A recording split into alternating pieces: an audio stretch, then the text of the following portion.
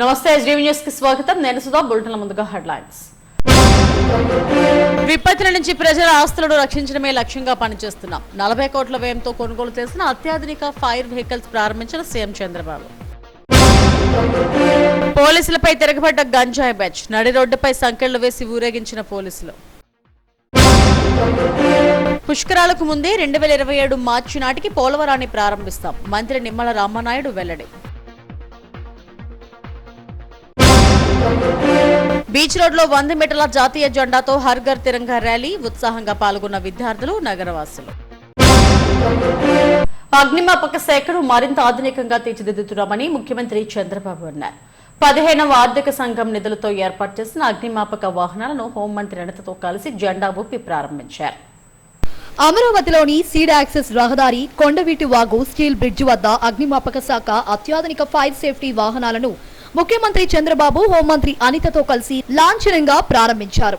అగ్నిమాపక శాఖకు అందుబాటులోకి వచ్చిన 58 వాహనాల్లో 25 అధునాతన ఫైర్ ఫైటింగ్ వాహనాలు ఉన్నాయి. 18.68 కోట్లతో సమకూర్చిన ఈ వాహనాలు గ్రామీణ, అటవీ ప్రాంతాల్లో అత్యవసర సేవలకు ఉపయోగపడనున్నాయి. ప్రమాద ప్రాంతాలకు వేగంగా చేరుకుని మంటలను అదుపు చేసేలా వీటిని రూపొందించారు.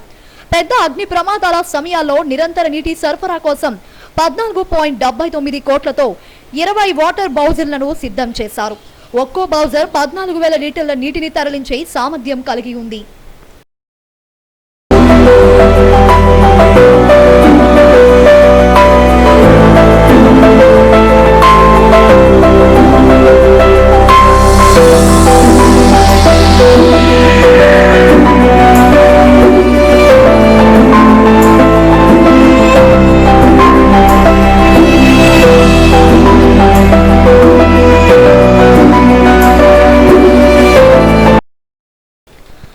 అగ్ని ప్రమాదాలు, విపత్తుల వేళ ప్రజల ప్రాణాలు, ఆస్తులు కాపాడేందుకు అగ్నిమాపక శాఖ ఎంతో ఉపయోగపడుతుందని ముఖ్యమంత్రి చంద్రబాబు అన్నారు.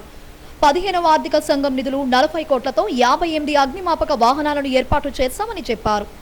ఇరుకైన రద్దీ ప్రాంతాల్లో వేగంగా చేరుకునేలా 13 quick response multipurpose fire fighting వాహనాలను అందుబాటులోకి తీసుకువచ్చినట్లు వెల్లడించారు. 6.37 కోట్లతో అత్యాధునిక సాంకేతిక పరిజ్ఞానాన్ని ఈ వాహనాలకు అమర్చినట్లు తెలిపారు. రాష్ట్రంలో 17 కొత్త ఫైర్ స్టేషన్ల భవనాల నిర్మాణం జరుగుతుండగా ఒక్కో భవనానికి 2.25 కోట్లు ఖర్చు చేసినట్లు సీఎం చెప్పారు. ఇప్పటికే 6 ఫైర్ స్టేషన్ల భవనాల నిర్మాణాలు పూర్తి కాగా మరో 36 భవనాలు ఆధునీకరిస్తున్నట్లు వెల్లడించారు. తొలుత అగ్నిమాపక వాహనాల ప్రత్యేకతలను అధికారులు సీఎంకు వివరించారు. ఈ కార్యక్రమంలో అగ్నిమాపక శాఖ డీజీ వెంకటరమణ, ఇతర అధికారులు పాల్గొన్నారు.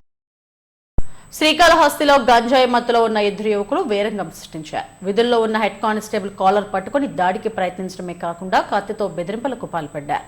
ఈ ఘటనపై జిల్లా పోలీస్ యంత్రాంగం సీరియస్ గా స్పందించింది. హెచ్సి రమణయ్య ఫిర్యాదు మేరకు జితేంద్ర, శ్రీనివాసులపై పోలీసులు హత్యాయత్నం కేసు నమోదు చేసి 2 అరెస్టు చేశారు. అనంతరం అడిషనల్ ఎస్పీ రవి మనోహరాచారి ఎదుట నిందితులను హాజరుపరిచారు. నిందితులను శ్రీకాళహస్తి పట్టణంలోని ప్రధాన వీధిలో నడిపించుకుంటూ కోర్టుకు తరలించారు. స్వర్ణముఖి వంతెన నుండి నిందితులు చేతులకు బేడీలు వేసి నడిపించడంతో పెద్ద సంఖ్యలో ప్రజలు అక్కడికి చేరుకున్నారు. అనంతరం సత్యవేడు కోర్టులో హాజరుపరిచారు.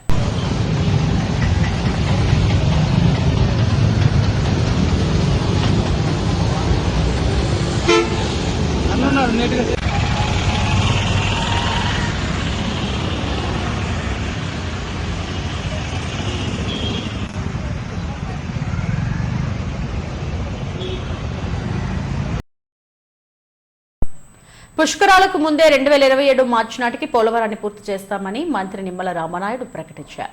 పోలవరం, వెలుగొండ ప్రాజెక్టులపై ముఖ్యమంత్రి చంద్రబాబు సమీక్షించిన అనంతరం మంత్రి రామనాయుడు మీడియాతో మాట్లాడారు.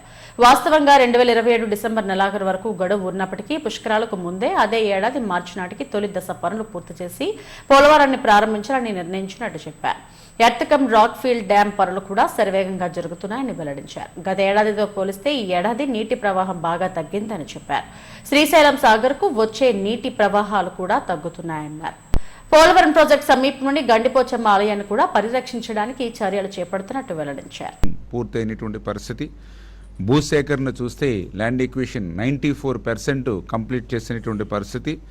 అదేవిధంగా R&R PDF చూస్తే 52% పూర్తి చేసినటువంటి పరిస్థితి. అంటే మొత్తం పోలవరం ప్రాజెక్టు ఈ రోజుకి చూస్తే 77% ఈరోజు మనం పూర్తి చేయడం జరిగింది.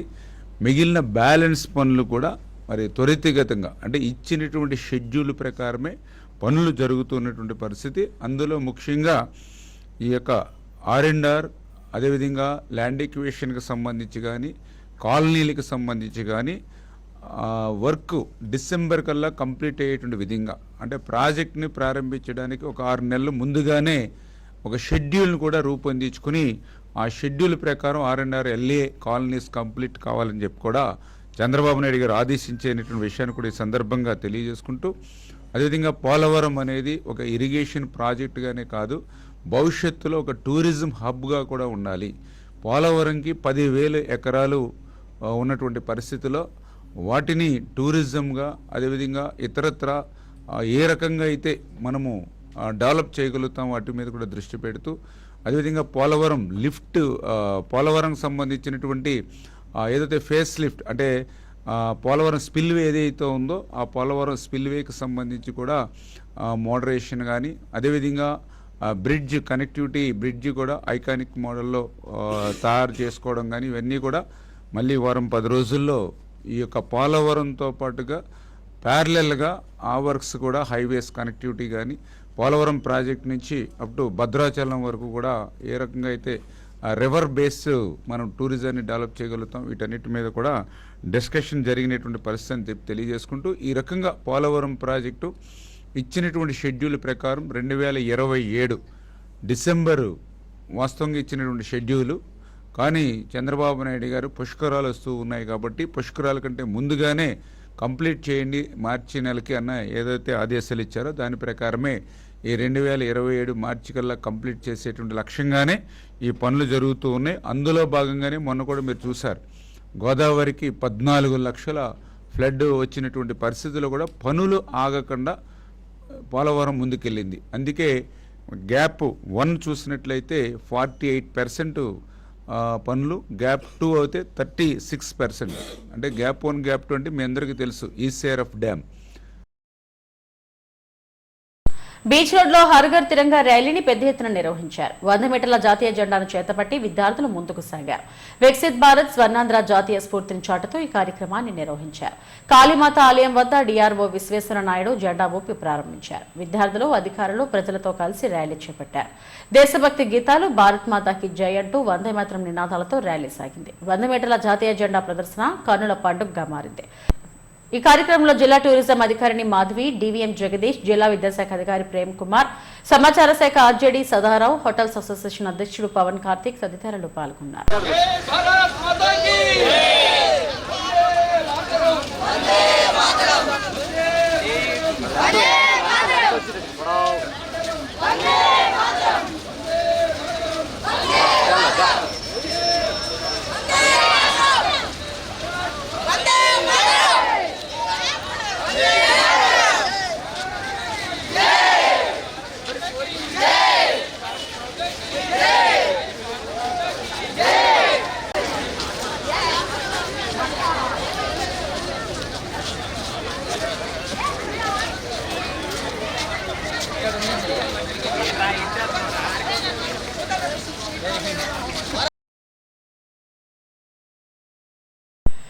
దేశం పట్ల అమితమైన గౌరవం ప్రతి ఒక్కరికి ఉండాలన్నదే లక్ష్యమని ఉత్తర ఎమ్మెల్యే పెనుమత్స విష్ణుకుమార్ రాజు అన్నారు. శ్రీ విశ్వ విద్యా సంస్థల ఆధ్వర్యంలో హర్ఘర్ తిరంగా ర్యాలీ నిర్వహించారు.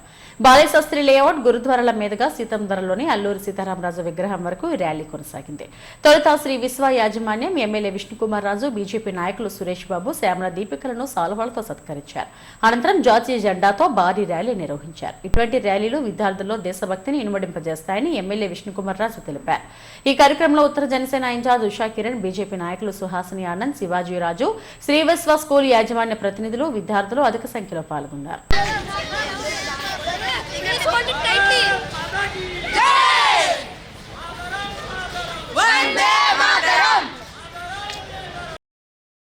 స్వాతంత్ర దినోత్సవ వేడుకల సందర్భంగా ఈరోజు అనగా 14 ఆగస్టు తారీఖున ఈ శ్రీ విశ్వ విద్యా సంస్థ నుంచి పిల్లలతో పాటు 3 పార్టీల నేతలు అంటే బీజేపీ, జనసేన, తెలుగుదేశం పార్టీ నేతలు, ఇక్కడ లోకల్గా ఉన్న నాయకులు అందరూ కూడా కలిసి భారతదేశానికి ఒక గర్వంగా భావించే మన ఫ్లాగ్, ఇండియన్ ఫ్లాగ్ని చేపట్టి పిల్లలందరూ కూడా ఒక ర్యాలీ కింద నిర్వహించి భారతదేశం పైన ఇంకా మిగిలిన వారికి కూడా భక్తి భావాలు వచ్చే విధంగా ఈరోజు ఈ ర్యాలీని నిర్వహించడం జరుగుతుంది.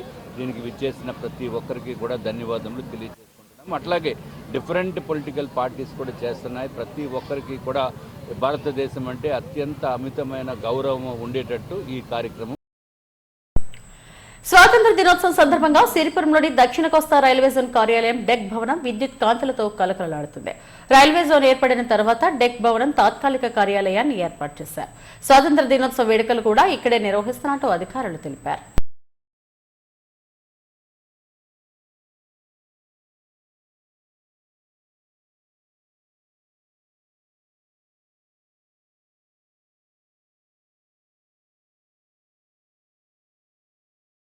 వన్ టౌన్లోని టర్నల్ చౌదరి ధర్మకర్త మండలి ప్రమాణ స్వీకారోత్సవం ఘనంగా జరిగింది.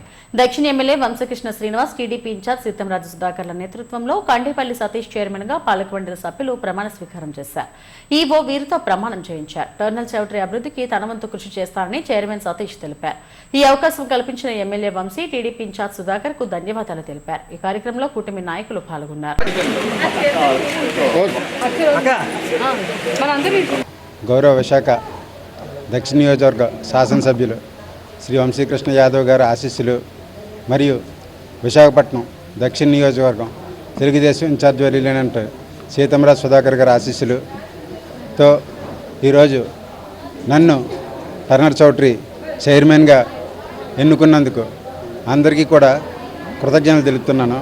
అలాగే ఈఓ గారి సహాయ సహకారాలతో మరియు బోర్డు సభ్యుల సహాయ సహకారాలతో ట్రస్ట్ బోర్డు టర్నర్ చౌదరి ఇంకా ముందుకు తీసుకువెళ్తానని, దీని నిర్మాణానికి మరింత పాటుపడతానని హామీ ఇస్తున్నాను. గారైనటువంటి శ్రీ వంశీకృష్ణ శ్రీనివాస్ గారి ఆధ్వర్యంలోనూ మరియు ఎన్టీఆర్ వైద్య సేవ చైర్మన్ గారైనటువంటి సీతంరాజు సుధాకర్ గారి ఆధ్వర్యంలో 8 మంది సభ్యులతో చైర్మన్గా కండేపల్లి సతీష్ కుమార్ గారిని చైర్మన్గా ఎన్నుకోవడం జరిగింది.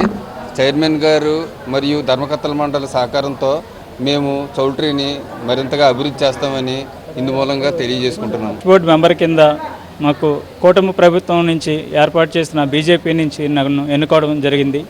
కూటమి నుంచి వచ్చినందుకు నాకు అన్ని విధాల సహకారాలు అందించిన ప్రతి ఒక్కరికి, టీడీపీ నాయకులకి, జనసేన నాయకులకి మరియు బీజేపీ నాయకులకి అందరికీ ప్రతి ఒక్కరికి. బిర్లా జంక్షన్లోని లక్ష్మీ మోటార్స్ అశోక్ లేలాండ్ షోరూంలోని 7 లక్షల వాహనాల విక్రయం నేపథ్యంలో వినియోగదారుల సమక్షంలో సెలబ్రేషన్స్ నిర్వహించారు. కొత్త వాహన కొనుగోలుదారులకు ఒక్కొక్కరికి 7 బహుమతులు అందజేశారు. 6 సాధారణ బహుమతులతో పాటు స్క్రాచ్ కార్డుపై విజేతను ఎంపిక చేసి విశిష్ట బహుమతిని ఇచ్చారు. ఎక్సెల్ ఇండస్ట్రియల్ గ్యాస్ సంస్థ 2 వీలర్ యాక్టివా స్కూటర్ను, శ్రీకాకుళానికి చెందిన ఆర్ అప్పలనాయుడు స్మార్ట్ టీవీని, మిగిలిన 3 కస్టమర్లు స్మార్ట్ వాచ్లను గెలుపొందారు. ఈ బహుమతులను Ashok Leyland zonal manager Sumit Kapoor చేతుల మీదుగా అందజేశారు. లక్ష్మీ మోటార్స్ అందిస్తున్న ఆఫర్లు, బహుమతులు గెలుచుకుని ఆదరించాలని ఏరియా మేనేజర్ నజీరుద్దీన్ కోరారు. కొనుగోలుదారులకు మంచి సర్వీస్ అందించడమే కాకుండా 7 లక్షల వెహికల్ సేల్ సెలబ్రేషన్స్ లో బహుమతులు ఇవ్వడం ఆనందంగా ఉందని కస్టమర్లు అన్నారు. తాము ఇచ్చే ఆఫర్లపై కస్టమర్లు ఆసక్తి చూపుతున్నారని, ఆదరణ పెరుగుతుందని సీఈఓ ఎం కృష్ణ అన్నారు. కేవలం సేల్స్ మాత్రమే కాకుండా సర్వీసులు అంతే నిబద్ధతతో అందిస్తున్నామని తెలిపారు.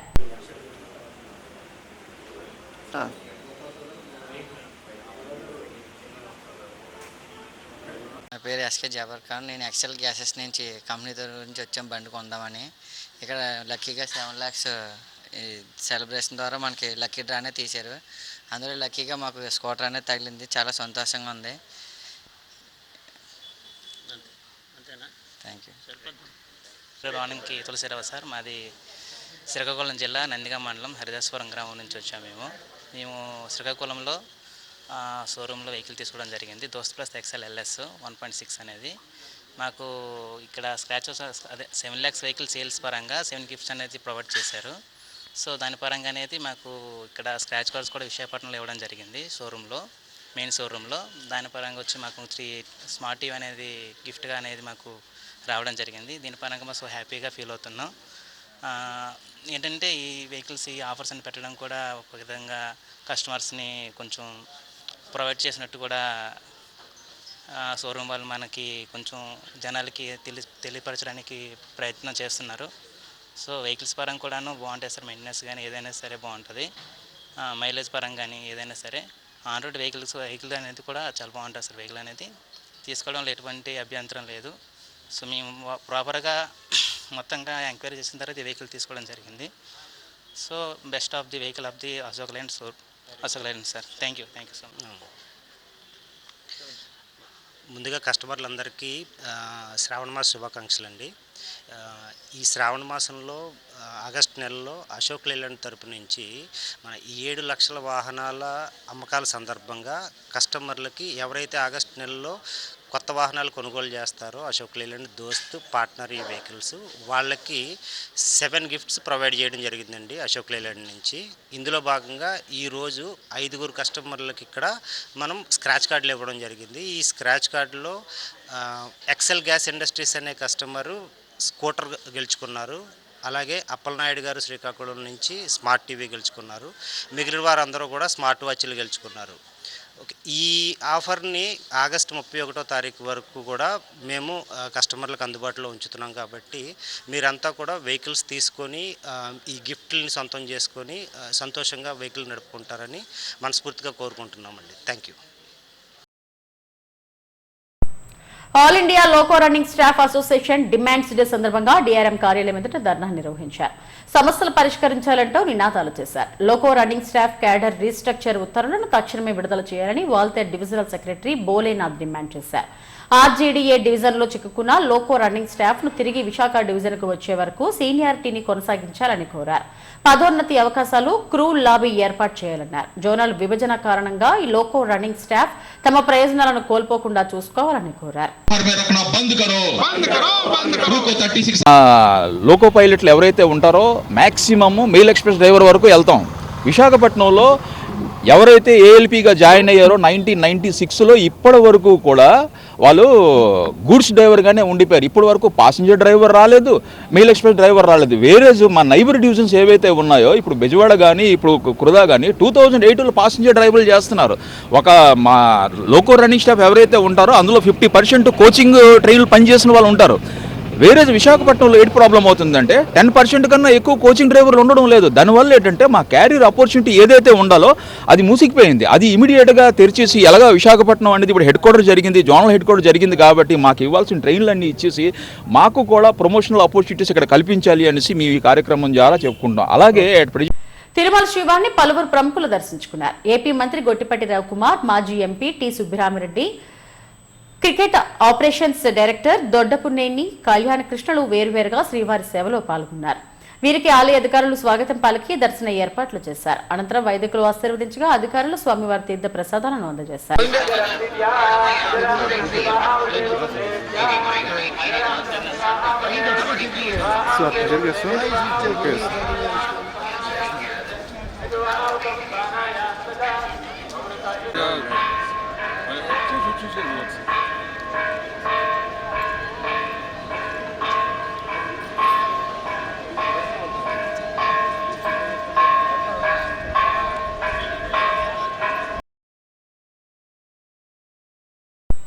స్వాతంత్ర దినోత్సవం సందర్భంగా గాజువాక ఆదిత్య డిగ్రీ కళాశాల ఆధ్వర్యంలో హర్ ఘర్ తిరంగా ర్యాలీ నిర్వహించారు.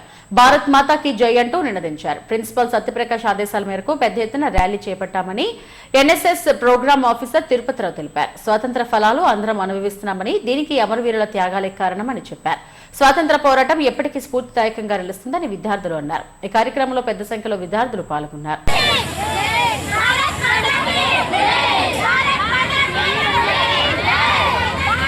ప్రిన్సిపల్స్ అయినటువంటి ప్రదీప్ కుమార్ గారు మరియు సత్యప్రకాష్ గారు ఆధ్వర్యం మేరకు 80వ స్వతంత్ర దినోత్సవం సందర్భంగా ఈరోజు భారీ ర్యాలీ నిర్వహించడం జరిగింది. ఈ ర్యాలీలో చాలా మంది విద్యార్థులు పాల్గొని భారత్ మాతాకి జై, వందే మాతరం మొదలగు అంశాలతో ర్యాలీ నిర్వహించడం జరిగింది. భారతదేశం యొక్క ప్రాముఖ్యత, భారతదేశ గొప్పతనం, అలాగే ఆగస్టు 15 యొక్క ప్రాముఖ్యత ప్రజల్లో తెలియజేయడానికి, ప్రజలపై అవగాహన కలిగించడానికి, దేశ గౌరవాన్ని అలాగే దేశ సమైక్యతను సమాజానికి చాటి చెప్పడానికి ఈ ర్యాలీ ద్వారా నిర్వహించడం జరిగింది. అలాగే పిల్లల్లో దేశభక్తి భావాన్ని పెంపొందించడానికి, నేటి తరం యువత దేశ భవిష్యత్తుని ఎటు విధంగా తీర్చిదిద్దాలనే అంశాల మీద rally. country in that first moment was the revolt of 1857. That movement was led by Jhansi Lakshmi Bai. She raised a popular quoted that I will not surrender my Jhansi, and many people encouraged and that they participated in that movement. The next movement was Quit India movement in 1942. This movement was led by Mahatma Gandhi. This movement was held to an immediate end to British rule, and many people. Headlines మరోసారి. విపత్తుల నుంచి ప్రజల ఆస్తులను రక్షించడమే లక్ష్యంగా పనిచేస్తున్నాం. 40 కోట్ల వ్యయంతో కొనుగోలు చేసిన అత్యాధునిక ఫైర్ వెహికల్స్ ప్రారంభించిన సీఎం చంద్రబాబు. పోలీసులపై తిరగబడ్డ గంజాయి బ్యాచ్. నడి రోడ్డుపై సంకెళ్లు వేసి ఊరేగించిన పోలీసులు. పుష్కరాలకు ముందే 2027 మార్చి నాటికి పోలవరాన్ని ప్రారంభిస్తాం. మంత్రి నిమ్మల రామనాయుడు వెల్లడి. బీచ్ రోడ్ లో 100 మీటర్ల జాతీయ జెండాతో హర్ ఘర్ తిరంగా ర్యాలీ. ఉత్సాహంగా పాల్గొన్న విద్యార్థులు, నగరవాసులు. ఇవి ఇప్పటివరకు నా బులెటిన్ అప్డేట్స్.